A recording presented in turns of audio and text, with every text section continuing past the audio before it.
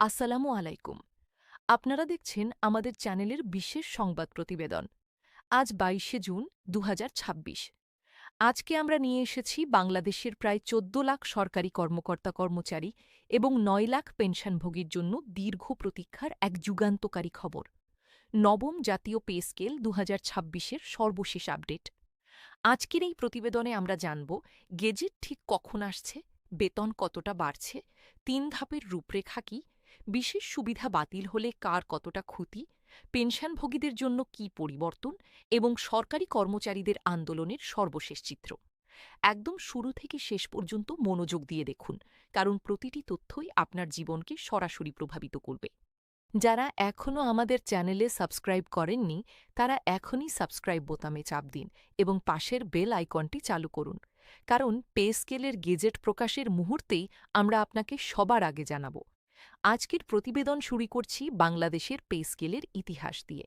এটা জানা দরকার, কারণ এই ইতিহাস না বুঝলে বর্তমান পরিস্থিতির গুরুত্ব বোঝা যাবে না।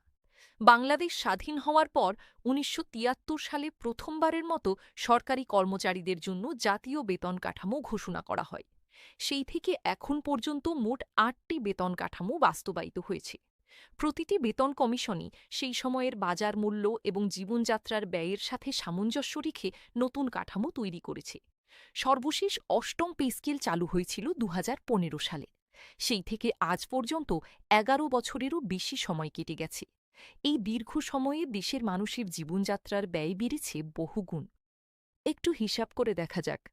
বিশেষজ্ঞরা বলছেন, ২০১৫ সাল থেকে এখন পর্যন্ত দেশে সম্মিলিত মূল্যস্ফীতি হয়েছে ১০৮%।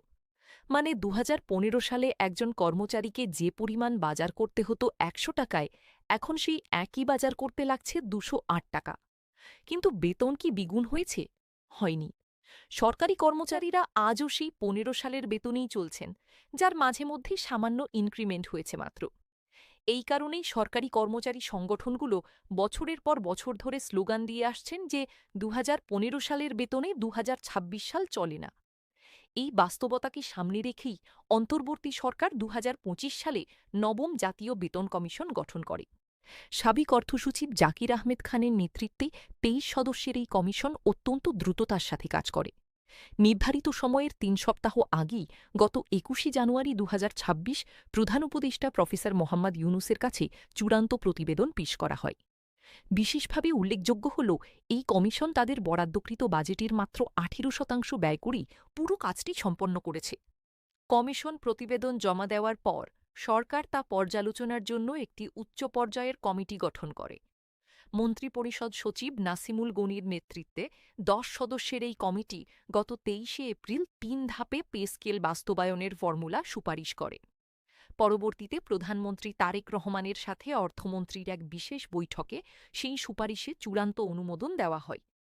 এখন আসা যাক সেই ৩ ধাপের বিস্তারিত বিবরণে। প্রথম ধাপ হল ১লা জুলাই ২০২৬ থেকে।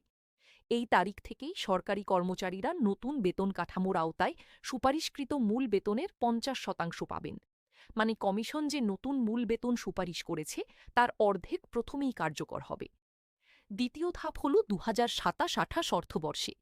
এই ধাপে বাকি ৫০% মূল বেতন সমন্বয় করে পুরো বেসিক কার্যকর করা হবে। মানে দ্বিতীয় বছরে পুরো নতুন মূল বেতন পাওয়া যাবে। তৃতীয় ধাপ হল ২০২৮-২৯ অর্থবছর থেকে। এই পর্যায়ে বাড়ি ভাড়া, চিকিৎসা এবং যাতায়াত ভাতা সহ সব ধরনের সুযোগ সুবিধার নতুন কাঠামোর আওতায় এনে পূর্ণাঙ্গ বাস্তবায়ন সম্পন্ন হবে। এই ৩ ধাপের পরিকল্পনা নেওয়া হয়েছে মূলত দেশের বর্তমান অর্থনৈতিক বাস্তবতা এবং রাজস্ব সক্ষমতার কথা মাথায় রেখে। পুরো পে স্কেল একসাথে বাস্তবায়ন করতে হলে সরকারের প্রয়োজন হবে ১,০৬,০০০ কোটি টাকা। এত বড় অঙ্ক একসাথে সংস্থান করা সরকারের পক্ষে কঠিন। তাই ধাপে ধাপে বাস্তবায়নের পথ বেছে নেওয়া হয়েছে। প্রথম ধাপের জন্য আগামী ২০২৬-২৭ অর্থবছরের বাজেটে ৩৫,০০০ কোটি টাকা বরাদ্দ রাখার চূড়ান্ত সিদ্ধান্ত নিয়েছে সরকার। এখন সবচেয়ে জরুরি প্রশ্ন, গেজেট কবে প্রকাশ হবে? অর্থ ও পরিকল্পনা উপদেষ্টা আমির খসরু মাহমুদ চৌধুরী গত ৯ জুন বাজেট পরবর্তী সংবাদ সম্মেলনে স্পষ্ট জানিয়েছেন, নতুন পে স্কেল কার্যকরের সিদ্ধান্ত চূড়ান্ত হয়েছে এবং চলতি জুন মাসের মধ্যেই গেজেট প্রকাশের প্রস্তুতি চলছে। ২০২৬-২৭ অর্থবছরের শুরু থেকেই নতুন বেতন কাঠামো বাস্তবায়নের জন্য সব কার্যক্রম এগিয়ে নেওয়া হচ্ছে।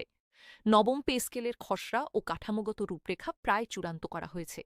যদিও গেজেট প্রকাশের নির্দিষ্ট তারিখ এখনও আনুষ্ঠানিকভাবে ঘোষণা করা হয়নি, তবে সংশ্লিষ্ট সূত্রগুলো বলছে খুব শিগগিরই গেজেট প্রকাশ হবে। মানে আজ ২২শে জুন থেকে ১লা জুলাইয়ের মাঝে যে কোনো দিন এই ঘোষণা আসতে পারে। এখন আলোচনা করা যাক নতুন বেতন কাঠামোর বিস্তারিত। নবম বেতন কমিশনের সুপারিশ অনুযায়ী ২০টি গ্রেডে নতুন বেতন নির্ধারণ করা হয়েছে। সর্বনিম্ন ২০ নম্বর গ্রেডে মূল বেতন বর্তমানের ৮,২৫০ টাকা থেকে বাড়িয়ে ২০,০০০ টাকা করার প্রস্তাব করা হয়েছে। এটা প্রায় ১৪২% বৃদ্ধি। সর্বোচ্চ ১ নম্বর গ্রেডে মূল বেতন বর্তমানের ৭৮,০০০ টাকা থেকে বাড়িয়ে ১,৬০,০০০ টাকা করার প্রস্তাব রয়েছে। সামগ্রিকভাবে কমিশন গড়ে ১০৫% বেতন বৃদ্ধির সুপারিশ করেছে। তবে মনে রাখতে হবে, ১লা জুলাই থেকে সরাসরি এই পূর্ণ বেতন পাওয়া যাবে না। প্রথম ধাপে পাওয়া যাবে সুপারিশকৃত নতুন মূল বেতনের ৫০%। তারপর দ্বিতীয় বছরে বাকি ৫০% যোগ হবে। এখন জানা যাক গ্রেড ভেদে কতটা বেতন বাড়ছে। অর্থ মন্ত্রণালয়ের সর্বশেষ তথ্য অনুযায়ী ১০ম থেকে ২০তম গ্রেডে, অর্থাৎ কম বেতনের যে কর্মচারীরা আছেন, তাদের মূল বেতন বাড়ছে ৩৫%, এবং প্রথম থেকে নবম গ্রেডে, অর্থাৎ উচ্চতর পদে যারা আছেন, তাদের মূল বেতন বাড়ছে ৪০%। তবে বেতন কমিশনের সুপারিশ বিবেচনা করলে নিম্ন গ্রেডে বৃদ্ধির হার আরও বেশি হওয়ার কথা। চূড়ান্ত চিত্র পাওয়া যাবে গেজেট প্রকাশের পর। এখন আসা যাক সবচেয়ে বিতর্কিত সিদ্ধান্তে। নতুন পে স্কেল চালু হলেই বাতিল হবে সরকারি কর্মচারীদের বিশেষ সুবিধা বা বিশেষ ইনসেন্টিভ। এই বিশেষ সুবিধার বিষয়টি একটু ভালোভাবে বোঝা দরকার। বর্তমানে ১০ম থেকে ২০তম গ্রেডের কর্মচারীরা তাদের মূল বেতনের ওপরে অতিরিক্ত ১৫% বিশেষ সুবিধা পান, এবং প্রথম থেকে নবম গ্রেডের কর্মচারীরা পান ১০% বিশেষ সুবিধা। এটি মূলত একটি অন্তর্বর্তীকালীন ব্যবস্থা ছিল। নতুন পে স্কেল আসতে দেরি হওয়ার কারণে কর্মচারীদের কিছুটা সান্ত্বনা দিতে এই বিশেষ সুবিধা চালু করা হয়েছিল। এখন নতুন পে স্কেলে যেহেতু মূল বেতন উল্লেখযোগ্য হারে বাড়ছে, তাই অর্থ মন্ত্রণালয় মনে করছে এই বিশেষ সুবিধা আলাদাভাবে ধরে রাখার কোনো যুক্তি নেই। নতুন বেতন কাঠামোতে এই সুবিধা বিলীন হয়ে মূল বেতনের মধ্যে সমন্বিত হয়ে যাবে। তাহলে আসল হিসাবটা কি দাঁড়ায়? ধরুন একজন কর্মচারীর বর্তমানে মূল বেতন ১০,০০০ টাকা এবং তিনি ১৫% বিশেষ সুবিধা পাচ্ছেন, মানে মোট পাচ্ছেন ১১,৫০০ টাকা। নতুন পে স্কেলে তার মূল বেতন হয়তো ৩৫% বাড়বে, মানে হবে ১৩,৫০০ টাকা। বিশেষ সুবিধা বাতিল হয়ে যাবে। ফলে আগের তুলনায় তিনি বেশি পাবেন ২,০০০ টাকা। এটা শতকরা হিসেবে প্রায় ১৭% মতো প্রকৃত বৃদ্ধি। অনেকের কাছে এটা প্রত্যাশার চেয়ে কম মনে হচ্ছে। তবে এখানে একটি গুরুত্বপূর্ণ বিষয় বিবেচনায় নেওয়া দরকার। মূল বেতন বাড়লে শুধু সরাসরি বেতন বাড়ে না, এর সাথে বাড়ি ভাড়া ভাতা বাড়ে, চিকিৎসা ভাতা বাড়ে, যাতায়াত ভাতা বাড়ে, উৎসব ভাতা বাড়ে, প্রভিডেন্ট ফান্ডের চাঁদা বাড়ে, গ্র্যাচুইটি বাড়ে এবং ভবিষ্যতের পেনশনও বাড়ে। কারণ এই সবকিছুই মূল বেতনের সাথে সম্পর্কিত। তাই দীর্ঘমেয়াদে সামগ্রিক সুবিধা আসলে অনেক বেশি বাড়বে। কর্মচারী সংগঠনগুলোর নেতারা অবশ্য ভিন্ন মত পোষণ করছেন। তারা বলছেন, বর্তমান উচ্চ মূল্যস্ফীতির বাজারে ধাপে ধাপে বেতন বৃদ্ধি বাস্তবসম্মত নয়। নতুন পে স্কেল একসাথে শতভাগ কার্যকর করতে হবে। গত ১২ই জুন জাতীয় প্রেস ক্লাবের সামনে বাংলাদেশ সরকারি কর্মচারী দাবি আদায় ঐক্য পরিষদ বড় ধরনের অবস্থান কর্মসূচি পালন করেছে। তাদের দাবি ছিল, দ্রুত গেজেট প্রকাশ করে এক ধাপেই পূর্ণ পে স্কেল বাস্তবায়ন করতে হবে। তারা হুঁশিয়ারি দিয়েছেন, দাবি আদায় না হলে আরও কঠোর আন্দোলনে যাওয়া হবে। অর্থনীতিবিদরা এই বিষয়ে একটু ভিন্নভাবে বিশ্লেষণ করছেন। তারা বলছেন, পে স্কেল বাস্তবায়িত হলে বাজারে ভোগব্যয় এবং অর্থনৈতিক কর্মকাণ্ডে ইতিবাচক প্রভাব পড়বে। সরকারি কর্মচারীদের হাতে বেশি টাকা আসলে তারা বাজারে বেশি খরচ করবেন, এতে বেসরকারি খাতেও গতি আসবে। তবে একই সাথে সরকারের ব্যয় বৃদ্ধি পাওয়ায় রাজস্ব ব্যবস্থাপনায় বাড়তি চাপ তৈরি হবে। তাই ধাপে ধাপে বাস্তবায়নকে তারা বরং সতর্ক ও বাস্তবসম্মত পদক্ষেপ বলে মনে করছেন। এখন আসা যাক পেনশনভোগীদের বিষয়। এই নতুন পে স্কেলে যারা ইতিমধ্যে সরকারি চাকরি থেকে অবসর নিয়েছেন, তাদের জন্যও বড় সুখবর রয়েছে। দেশে বর্তমানে প্রায় ৯ লাখ সরকারি পেনশনভোগী আছেন। তাদের অনেকেই সীমিত পেনশনের নানা কষ্টে দিন কাটাচ্ছেন। নবম বেতন কমিশনের প্রস্তাব অনুযায়ী প্রায় ৯ লাখ পেনশনভোগীকে নতুন কাঠামোর আওতায় অন্তর্ভুক্ত করার পরিকল্পনা রয়েছে। বিশেষ করে যাদের মাসিক পেনশন বর্তমানে ২০,০০০ টাকার নিচে, তাদের পেনশন কিছু কিছু ক্ষেত্রে ১০০% পর্যন্ত বৃদ্ধির সুযোগ রাখা হচ্ছে। মানে অনেক পেনশনভোগীর মাসিক আয় প্রায় দ্বিগুণ হতে পারে। এটা নিঃসন্দেহে একটি বড় সুখবর। এছাড়া ৭৫ বছরের ওপরে বয়সী পেনশনভোগীদের জন্য বিশেষ মাসিক ভাতার ব্যবস্থা রাখার প্রস্তাব করা হয়েছে। এই বয়সে মানুষের শরীর দুর্বল হতে থাকে, চিকিৎসার প্রয়োজন বাড়তে থাকে। এই বাস্তবতাকে সামনে রেখে বৃদ্ধ পেনশনভোগীদের বিশেষ সুবিধার উদ্যোগকে একটি মানবিক পদক্ষেপ বলতে হবে। পেনশন ব্যবস্থার কাঠামোতেও বেশ কিছু সংস্কার আনার সুপারিশ করা হয়েছে। প্রথমত, ১৫ বছর সন্তোষজনকভাবে চাকরি করলেই যে কেউ চাইলে পেনশনসহ স্বেচ্ছায় অবসরে যেতে পারবেন। আগে এই সুযোগ ছিল না। অনেকে ব্যক্তিগত কারণে বা স্বাস্থ্যগত কারণে আগেভাগে অবসর নিতে চান, কিন্তু পেনশনের শর্ত পূরণ না হওয়ায় পারেন না। নতুন নিয়মে সেই জটিলতা দূর হবে। দ্বিতীয়ত, দ্বিতীয় স্বামী বা স্ত্রীর পেনশন অধিকার নিশ্চিত করা হচ্ছে। বর্তমানে প্রথম স্বামী বা স্ত্রীর মৃত্যুর পর দ্বিতীয় স্বামী বা স্ত্রী পেনশন পান কিনা তা নিয়ে অনেক জটিলতা ছিল। নতুন নিয়মে তারাও আজীবন পেনশনের সুবিধা পাবেন। এতে অনেক পরিবারের দীর্ঘদিনের হয়রানি কমবে। তৃতীয়ত, পেনশন পুনরুদ্ধারের সময় কমানো হচ্ছে। যারা একসময় জরুরি প্রয়োজনে এককালীন পেনশনের টাকা তুলে নিয়েছিলেন, তাদের মাসিক পেনশন ফিরে পেতে আগে ১৫ বছর অপেক্ষা করতে হতো। এই সময় কমিয়ে ১০ বছর করার প্রস্তাব করা হয়েছে।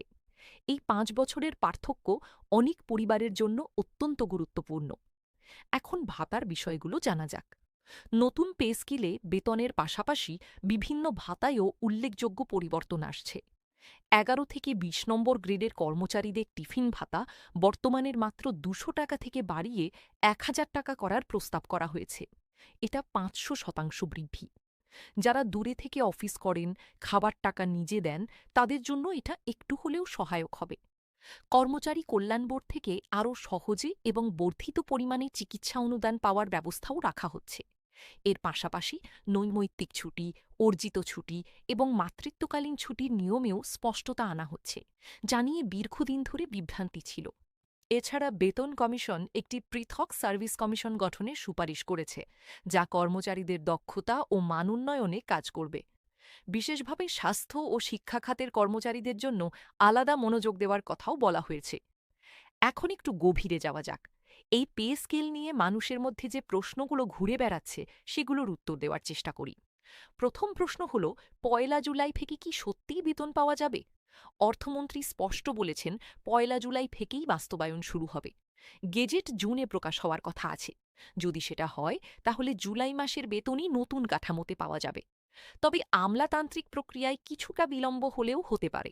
সেক্ষেত্রে বকেয়া সহ পরবর্তী মাসে সমন্বয় হওয়ার সম্ভাবনা রয়েছে। দ্বিতীয় প্রশ্ন হল, গ্রেড ফিক্সেশন কিভাবে হবে?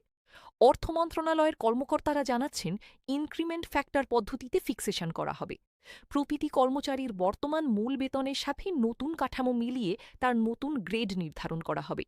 এই প্রক্রিয়া সম্পর্কে বিস্তারিত গেজেটে থাকবে। তৃতীয় প্রশ্ন হল, চুক্তিভিত্তিক বা দৈনিক মজুরি ভিত্তিক কর্মচারীরা কি এই সুবিধা পাবেন? এই বিষয়ে এখনও পরিষ্কার নির্দেশনা পাওয়া যায়নি। তবে সাধারণত নতুন পে স্কেল শুধু নিয়মিত সরকারি কর্মচারীদের ক্ষেত্রেই প্রযোজ্য হয়। অনিয়মিত বা চুক্তিভিত্তিক কর্মচারীরা ভিন্ন ব্যবস্থায় থাকেন। চতুর্থ প্রশ্ন হল, এই পে স্কেল কি মূল্যস্ফীতির সাথে তাল মেলাতে পারবে?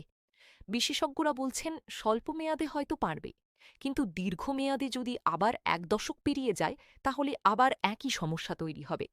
এই কারণে বেতন কমিশন সুপারিশ করেছে, নতুন কাঠামোটি যেন আগামী ১০ বছরের জন্য টেকসই হয় এবং মূল্যস্ফীতির সাথে স্বয়ংক্রিয়ভাবে বেতন সমন্বয়ের কোনো ব্যবস্থা থাকে। এখন পুরো পরিস্থিতির একটি সামগ্রিক বিশ্লেষণ করা যাক। নবম পে স্কেল নিয়ে সরকারি কর্মচারীদের মধ্যে মিশ্র প্রতিক্রিয়া দেখা গেছে। একদিকে দীর্ঘ প্রতীক্ষার পর বেতন বাড়ছে, এটা নিয়ে আনন্দ আছে। অন্যদিকে ধাপে ধাপে বাস্তবায়নের কারণে প্রথম দিন থেকে পুরো সুবিধা পাওয়া যাচ্ছে না, এটা নিয়ে হতাশাও আছে। বিশেষ সুবিধা বাতিলের বিষয়টি নিয়ে অনেকের মধ্যে উদ্বেগ রয়েছে। কিন্তু বাস্তবতার নিরিখে চিন্তা করলে এটা বলতে হবে যে যারা দীর্ঘ ১১ বছর ধরে একই বেতনে টিকে আছেন, তাদের জন্য এই পরিবর্তন নিঃসন্দেহে একটি বড় স্বস্তি।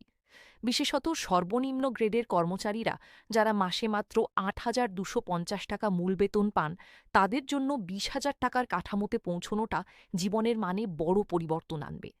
পেনশনভোগীদের জন্য বিষয়টি আরও বেশি গুরুত্বপূর্ণ। দেশের ৯ লাখ পেনশনভোগীর বড় অংশ এই মুহূর্তে অত্যন্ত সীমিত আয়ে জীবন কাটাচ্ছেন। তাদের মধ্যে যাদের মাসিক পেনশন ২০,০০০ টাকার নিচে, তারা যদি ১০০% পর্যন্ত বৃদ্ধি পান, সেটা সত্যিকারের জীবন বদলে দেওয়ার মতো পরিবর্তন। এই পে স্কেল কেবল একটি বেতন বৃদ্ধির বিষয় নয়, এটা রাষ্ট্রের সাথে তার কর্মচারীদের সম্পর্কের একটি পুনর্মূল্যায়ন। যারা সারা জীবন দেশের সেবায় নিজেদের উৎসর্গ করেছেন, তাদের প্রতি রাষ্ট্রের দায়িত্ব পালনের একটি অঙ্গীকার।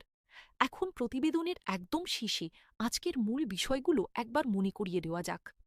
নবম জাতীয় বেতন কমিশনের প্রতিবেদন জমা হয়েছে ২১শে জানুয়ারি ২০২৬। বেতন কমিশনের সুপারিশে সর্বনিম্ন মূল বেতন ২০,০০০ টাকা এবং সর্বোচ্চ ১,৬০,০০০ টাকা। ১ জুলাই থেকে ৩ ধাপে বাস্তবায়ন শুরু হবে। প্রথম ধাপে সুপারিশকৃত নতুন মূল বেতনের ৫০% পাওয়া যাবে। দ্বিতীয় ধাপে ২০২৭-২৮ সালে বাকি ৫০% কার্যকর হবে। তৃতীয় ধাপে ২০২৮-২৯ সালে সব ভাতাসহ পূর্ণ বাস্তবায়ন হবে। দশম থেকে ২০তম গ্রেডে বেসিক বাড়ছে ৩৫% এবং প্রথম থেকে নবম গ্রেডে বাড়ছে ৪০%। নতুন পে স্কেল বাস্তবায়নের সাথে বিশেষ সুবিধা বাতিল হবে। ২০,০০০ টাকার নিচে পেনশনভোগীদের পেনশন ১০০% পর্যন্ত বাড়তে পারে। ১৫ বছর চাকরির পর স্বেচ্ছায় অবসরের সুযোগ আসছে। পেনশন পুনরুদ্ধারের সময় ১৫ বছর থেকে কমিয়ে ১০ বছর করা হচ্ছে এবং জুন মাসের মধ্যেই গেজেট প্রকাশের প্রস্তুতি চলছে। এই পে স্কেলের যাত্রা এখনও সম্পন্ন হয়নি। গেজেট প্রকাশ হলেই সবচেয়ে নির্ভরযোগ্য তথ্য পাওয়া যাবে। গেজেট প্রকাশের সাথে সাথে গ্রেড ভিত্তিক বিস্তারিত বেতন তালিকা এবং ফিক্সেশনের পদ্ধতি নিয়ে আমরা আলাদা একটি সম্পূর্ণ প্রতিবেদন তৈরি করব। আজকের এই প্রতিবেদন যদি আপনার কাজে লেগে থাকে, তাহলে একটি লাইক দিন। আপনার পরিচিত সহকর্মী, বন্ধু এবং পরিবারের যারা সরকারি চাকরি করেন বা পেনশনভোগী আছেন, তাদের সাথে এই ভিডিওটি শেয়ার করুন। তারাও উপকৃত হবেন। কমেন্ট বক্সে আপনার মতামত জানান। আমরা সব কমেন্ট পড়ি এবং উত্তর দেওয়ার চেষ্টা করি। আল্লাহ হাফেজ। ভালো থাকুন, সুস্থ থাকুন। পরের ভিডিওতে আবার দেখা হবে।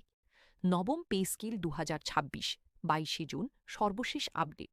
৩ ধাপে বাস্তবায়ন, গেজেট জুনেই। বিশেষ সুবিধা বাতিল, পেনশন দ্বিগুণ, সরকারি কর্মচারীদের জন্য বড় সংবাদ। এই ভিডিওতে আলোচনা করা হয়েছে নবম জাতীয় পে স্কেল ২০২৬-এর ২২শে জুনের সর্বশেষ আপডেট নিয়ে। ১ জুলাই থেকে ৩ ধাপে বাস্তবায়নের রূপরেখা, বিশেষ সুবিধা বাতিলের হিসাব, পেনশনভোগীদের নতুন সুবিধা, গেজেট প্রকাশের সময়সীমা এবং সরকারি কর্মচারীদের আন্দোলনের সর্বশেষ চিত্র নিয়ে বিস্তারিত আলোচনা করা হয়েছে। প্রতিদিনের সরকারি চাকরি, পেনশন ভাতা এবং সরকারি আদেশ সংক্রান্ত সব আপডেট পেতে আমাদের চ্যানেলটি সাবস্ক্রাইব করুন এবং বেল আইকন চালু রাখুন।